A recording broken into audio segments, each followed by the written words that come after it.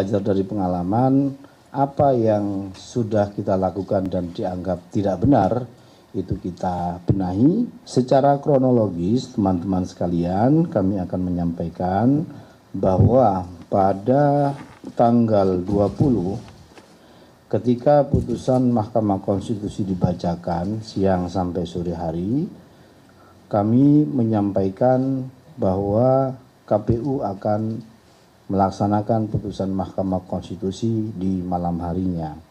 Kemudian kami juga sudah menyiapkan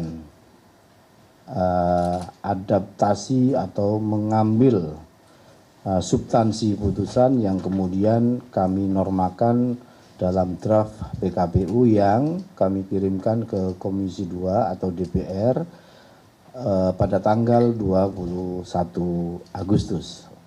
Untuk selanjutnya tadi setelah kami melakukan rapat pleno terbuka hasil pemilu pasca PHPU kedua di Mahkamah Konstitusi, kami juga menyampaikan bahwa kami dengan tegas akan melaksanakan putusan Mahkamah Konstitusi.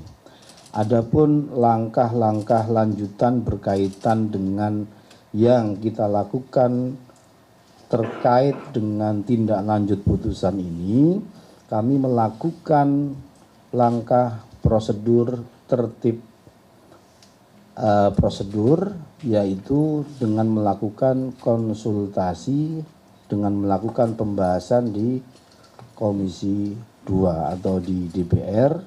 Kenapa? Karena kami juga pernah melakukan hal yang sama. Sekali lagi, karena dulu saat kita lakukan prosedur konsultasi dengan satu dan lain hal tidak bisa dilaksanakan, dan atas situasi itu kemudian kami dinyatakan melanggar dan dikasih sanksi peringatan keras, bahkan keras terakhir oleh Dewan Etik atau DKPP.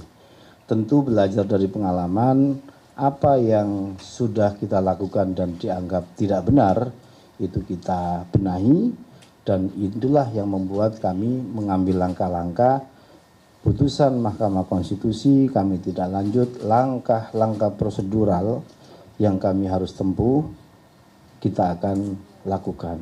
Yang pasti, teman-teman sekalian, nanti pada tanggal 27 sampai 29 Agustus saat pendaftaran calon kepala daerah di seluruh daerah di Indonesia akan memedomani aturan-aturan atau PKPU yang juga di dalamnya sudah memasukkan materi-materi atau putusan Mahkamah Konstitusi terkait dengan yang diputuskan pada tanggal 20 Agustus kemarin.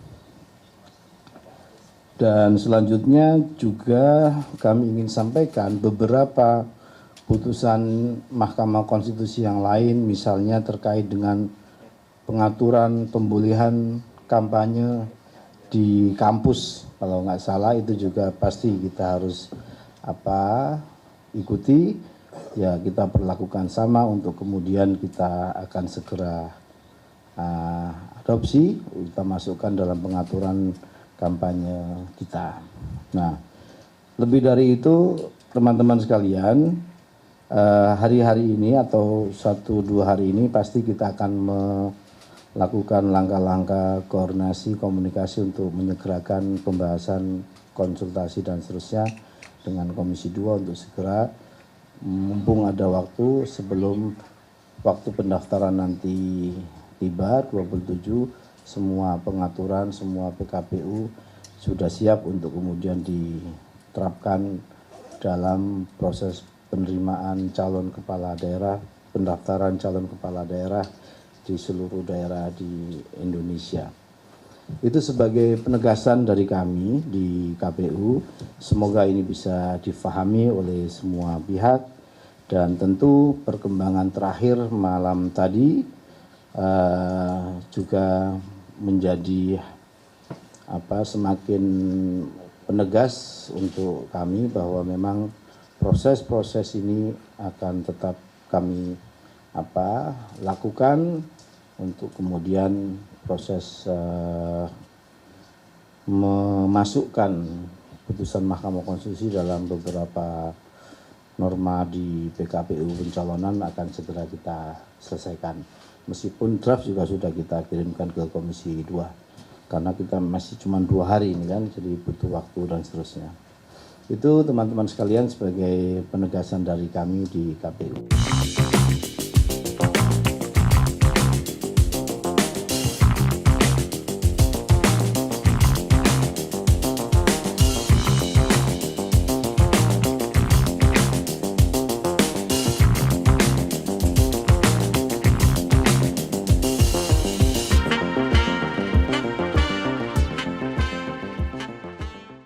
Junjung tinggi prinsip jurnalisme dalam setiap tayangan terbaiknya.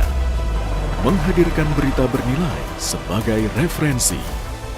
Gelar bicara yang tajam. Tidak, ini kan kebohongan dong. Mengupas fakta demi fakta dan mendorong pencarian solusi. Serta investigasi yang mengungkap kebenaran. Rosi, Satu Meja, The Forum, Sapa Indonesia Malam. Nilu, ikuti semuanya bersama Kompas TV.